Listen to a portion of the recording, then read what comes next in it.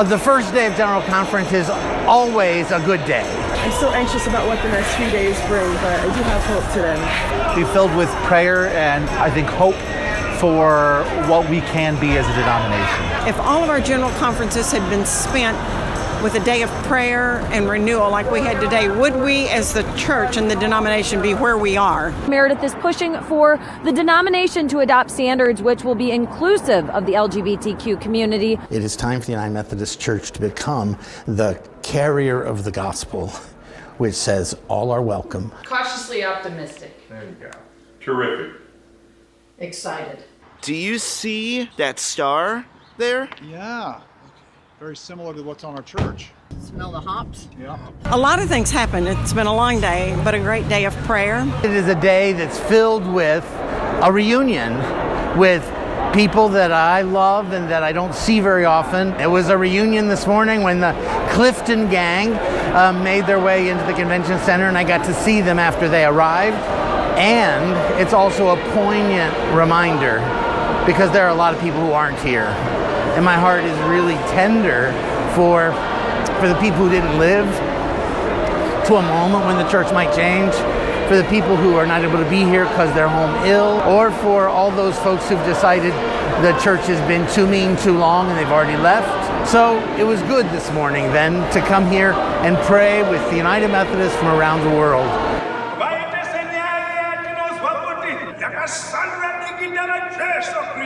Hi Clifton, this is Taylor. It's good to see you all. I'm here down here working with Queer Clergy Caucus to have conversations with people from a queer perspective so that we have conversations with, not about us. With, not about is really, really important to us, that it's never okay for people to have decisions made about them without their participation in the decision-making process. When I arrived this morning, there's a long line outside of people trying to get in. Discovered people who were protesting any change from what they perceive as the Bible's admonition that homosexuality is sin. But they were doing it in a way that was very judgmental, very hurtful, very mean-spirited. Out of this building for United Methodist wearing rainbow-colored scarves. I was sad to see that until I thought about how that was going to affect so many folks who lean toward the traditionalist plan. And for some of them, that kind of hate and that kind of meanness is the opposite of what they want from their church. So I hope that it works together for good that they were there and that a few minds were changed to say, no, we're not going to be that kind of United Methodist Church. But probably the most memorable part for me was what happened after lunch, when on the floor we had a time to bless LGBTQI people and to recognize them as children of God. We have LGBTQ siblings here and in the global church who are feeling the full weight and pain of our discernment at this General Conference. We see you. We are together as part of Christ's body. And when one suffers, we all suffer. I kept saying, this is historic. The only time that I've ever seen anything like this was when there was a protest.